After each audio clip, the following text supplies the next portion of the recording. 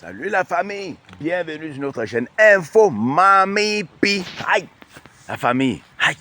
Aujourd'hui on va toucher combien de pays? Mais on va toucher la Côte d'Ivoire, le Cameroun, le Nigeria, la Guinée équatoriale, mon frère. Il y a tellement de news dans le monde de la famille. On ne peut pas, il n'y a pas le temps pour bérer tous ces news là. Il y a tellement d'informations, mon frère. Et vous avez écouté qu'on a volé dans un musée en France. Ça, on dit que ça c'est le plus grand vol organisé dans le dernier siècle, c'est en France, mon frère. On dit que, mon frère, vous plaignez, les Français se plaignent, vous plaignez pourquoi? Il y a quoi dans les musées là? Vous savez, vous n'avez pas volé ça. Donc c'est un voleur volé. Donc vous marchez partout dans le monde, vous volez les objets d'art. Vous venez, quelqu'un vient voler, vous vous plaignez. Quelqu'un vient voler, vous vous plaignez. Vous avez pris ça où? Hein? Vraiment, Mami Pima. En tout cas, ça c'était rien que l'intro, l'introduction. La France, ouais, Yako, oui, un voleur volé. C'est de ça qu'il s'agit. La famille, voici en Côte d'Ivoire, c'est grave. Alassane Ouattara est en train de perdre le contrôle. Ce qu'il est en train d'organiser là, il est en train de perdre le contrôle de la famille. Les gens sont décédés. Il y a eu mort d'homme. Un gendarme a été rip. Et 3 jeunes ont été arrêtés. Oui, 3 jeunes ont été arrêtés. Mais les gens se plaignent pourquoi? Parce que avec plein de caméras de surveillance qu'il y a dans les rues d'Abidjan, même dans les rues où même le gendarme était rip, on ne montre, il n'y a aucune image qui prouve que ces jeunes-là sont les responsables. Donc on se dit, c'est juste un piège, vous voyez un peu. Un piège pour salir le combat des jeunes et décourager les jeunes. Vous voyez un peu, non? Que c'est juste un piège. Et en complicité avec les gens comme Makosso. Makosso demande le procès de ces jeunes-là en direct. Ça a attisé la colère des Ivoiriens. Les Ivoiriens sont tombés sur Makosso. Makosso a fait un discours où il appelle aux gens, il appelle à la rébellion. Il appelle à la guerre civile. Oui, en Côte d'Ivoire. Oui, Makosso. Donc les gens disent, ramasse quelqu'un, c'est un cogneur de tête. Oh, Makosso, c'est ceci, c'est Satanas, c'est monté descendu, un étranger qui veut venir nous cogner les têtes. Et dit, ah, c'est maintenant que vous savez que Makosso est congolais.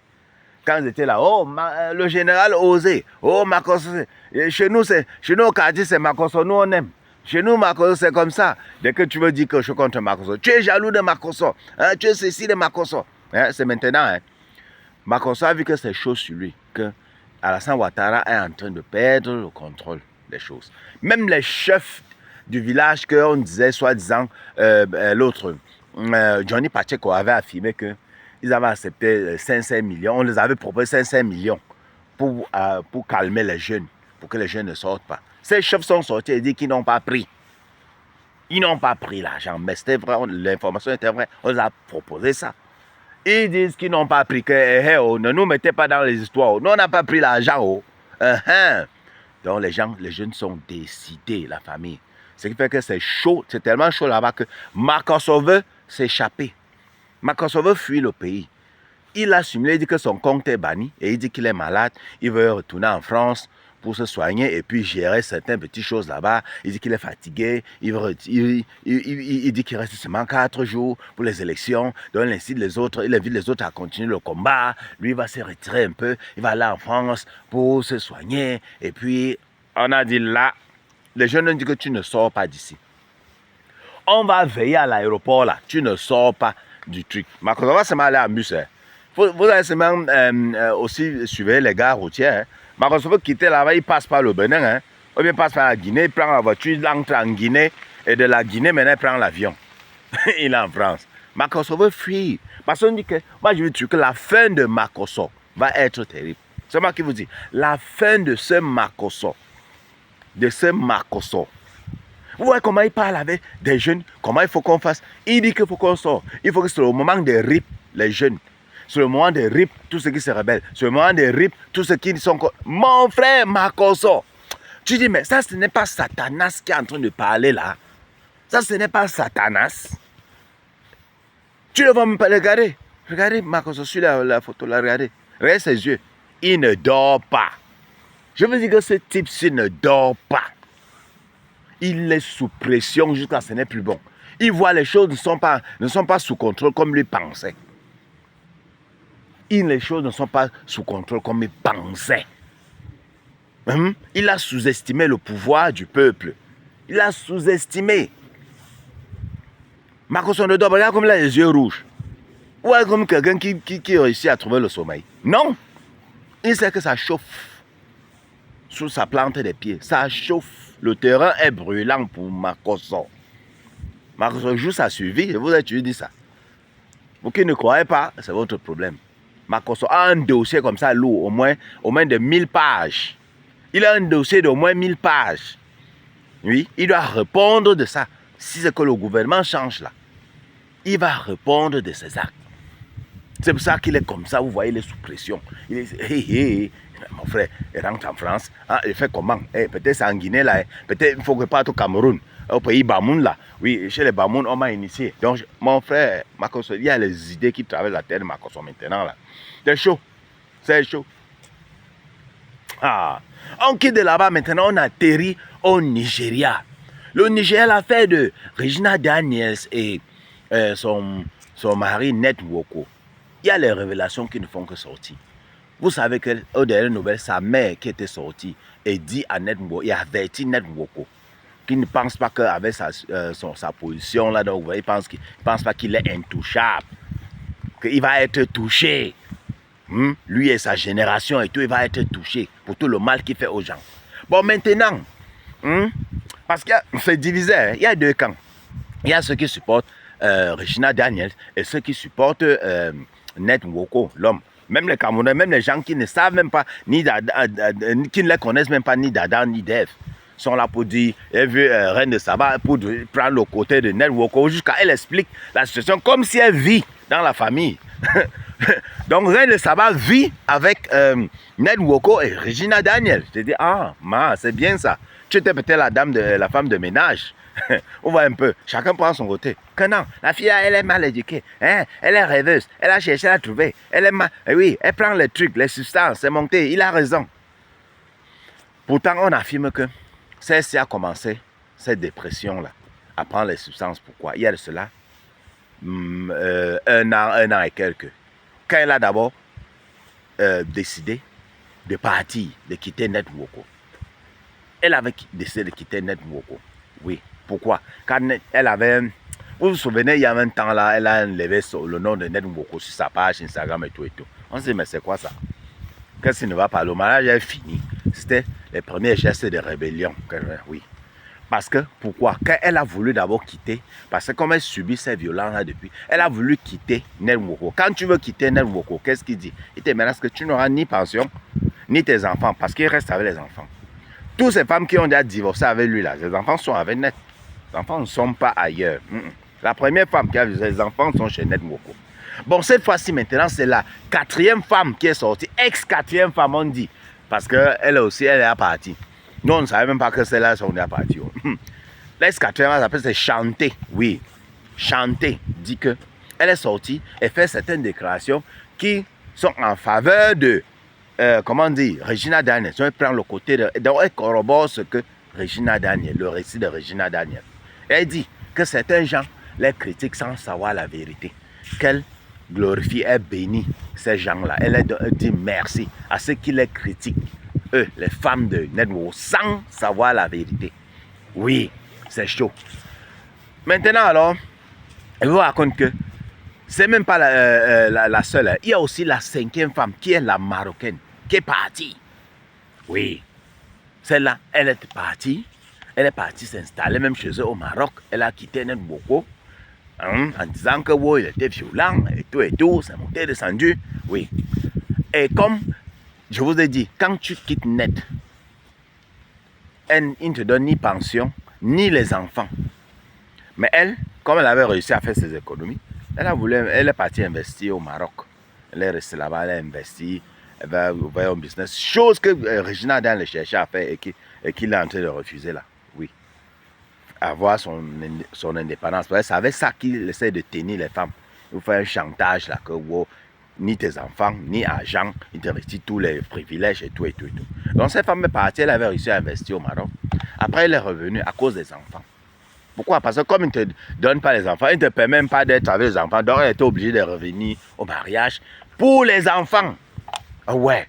Et c'est comme ça qu'il tient Regina Danes depuis. Regina Danes, dès qu'elle veut partir, on dit les enfants restent ici. Elle pense à ses enfants, elle revient. Oh, c'est comme ça, surtout les va-et-vient entre ceux-là. Les gens ne comprennent pas. Donc maintenant, elle sombre dans la dépression, elle commence à prendre les trucs. Oui. Donc, elle prend les trucs à cause de son problème avec son mari. Ce n'est pas que le problème avec son mari, c'est à cause du fait qu'elle prenne les substances. Non, au contraire. C'est à cause de son mari qu'elle prend les substances. Vous comprenez un peu, non? Parce qu'elle est dépressive. C'est de ça qu'il s'agit. Ouais, ça c'est aussi des versions. Mais le problème, c'est que ces versions sont corroborées par la quatrième femme, l'ex-quatrième femme et la cinquième femme, la marocaine. Et puis, Regina Danes. Ça fait 3 contre 1. Et je suis sûr que si on interroge la première femme qui était partie depuis, qui a laissé ses enfants, elle va aussi dire la même, parce qu'elle est partie, elle est sans enfants. Les enfants sont chez Net. Pourquoi? Pourtant, nous, on sait toujours que les enfants, on donne toujours à la mère. Mais non, chez Net, ce n'est pas le cas. Comme il a l'influence, il a les longs bras, comme on dit souvent là. Ouais, il a les longs bras. Donc les enfants, tu pars, mais sans les enfants et sans argent, même 5 francs, tu ne reçois pas. C'est de ça qu'il s'agit. Donc dans cette histoire-ci, chacun va venir donner sa version, Vous allez voir, Regina Danes va tourner. Elle sait que non, elle va aller sans ses enfants, elle va encore revenir. Elle dit qu'elle supporte encore comment non. Il va encore supporter un peu pendant que je réfléchisse. Vous voyez un peu non. Je veux dire, la finalité, elle va revenir. Les gens vont dire, elle voilà non, entre les corps et l'âme, non. Elles ne reviennent pas toujours par amour. Ne pensez pas. Je ne suis pas sûr que cette femme-là, que Regina là, elle a encore aussi ces sentiments-là pour Net. Non. Si elle avait déjà eu des sentiments, parce que moi, je sais que c'est sa mère qui l'a forcé dans l'histoire à cause de l'argent. Donc, elle va tourner, elle va revenir, s'installer. Elle pense à ses enfants, Pendant ce temps, elle trace encore les plans. Elle voit comment. C'est de ça qu'il s'agit. Et la famille, on tombe au Cameroun. C'est chaud. Bientôt, on va annoncer les résultats. Donc, les dispositifs sont mis en place. C'est chaud. Pourquoi? Parce que il paraît que Paul Biya est en train de pressionner les chefs traditionnels. Net comme en Côte d'Ivoire, l'autre, Alassane Ouattara, proposait les 500 millions là et que les chefs ont rejeté. Net la même stratégie, ils savent que c'est les chefs du village qui tiennent. Oui. Donc, Paul Biya est en train de pressionner ces chefs du village pour tenir les jeunes, pour les empêcher de sortir. Vous voyez un peu, non? Pour les empêcher de protester. C'est ça. Et dans certains villages, ça fonctionne déjà. Il y a certains villages là où les chefs ont déjà interdit aux jeunes de se grouper. On ne veut pas avoir plus de 2, 3, 4 personnes regroupées. Ils ne veulent pas voir si c'est les motos passées en désordre là. Oui, parce que c'est que les gens là, ils commencent à suivre par les motos. Donc, certains chefs obéissent déjà. Oui, on prépare déjà l'annonce des résultats. On prépare déjà l'annonce de la victoire de Paul Biya. Ouais, c'est de ça qu'il s'agit. Et j'ai vu un post. On dit que Paul Biya a gagné les élections à Bamenda. Même les gens de Bamenda eux-mêmes sont surpris. Mais je vois celui-là, comment on l'appelle, Kossi, qui sort et il dit, Paul Biya a gagné à Bamenda.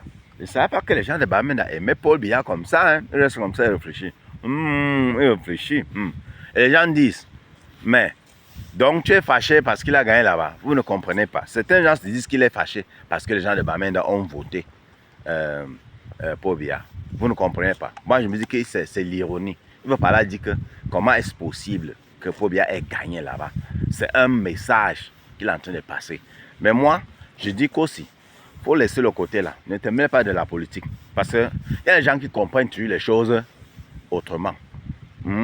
Fais quoi? Quand tu sors, tu fais déjà une prise de position dans la politique. Tu vas te gagner les ennemis. Tu vas toujours te gagner des ennemis. C'est de ça qu'il s'agit. Donc c'est mieux éviter ça. Mieux éviter. C'est comme ça. Oui. Donc le me surpris. Le gars là, il sait que non, quelque chose est arrivé. Il y a eu fraude ou un truc. Parce qu'il est étonné. C'est de ça qu'il s'agit. La famille. Pendant ce temps, on voit dans les journaux partout, on a fait la propagande de Pobia que wow, il nous a fait sortir des accords coloniaux, c'est monté descendu, vous voyez un peu, non? Pour essayer un peu de calmer un peu les gens là, dit comment, vous voyez un peu, on essaie d'embellir l'image. C'est comme ça. C'est ce qui est en train de se passer maintenant au Cameroun là. C'est chaud. C'est chaud. Pendant ce temps, en Guinée équatoriale, il y a le vice-président de la Guinée équatoriale qui accuse la France de vouloir déstabiliser la Guinée équatoriale. Oui, la Guinée équatoriale, qui viennent toujours là installer des trucs comme les ONG, les histoires comme ça. Ils passent par ça pour déstabiliser les pays africains. Il a même pris l'exemple sur les pays de l'AES, le Mali, le Niger et le Burkina Faso, qu'ils ne veulent pas, ils ne vont pas laisser ce qu'ils ont fait au Mali, au pays de l'AES les arriver, qui ne veulent pas permettre à la France de venir déstabiliser leur pays. C'est chaud. Mami Pima. Hein, la famille. En tout cas, pour le moment, c'était tout. On se prend à très bientôt pour une nouvelle vidéo. Bisous à savon de surtout. Ne mettez pas les organes.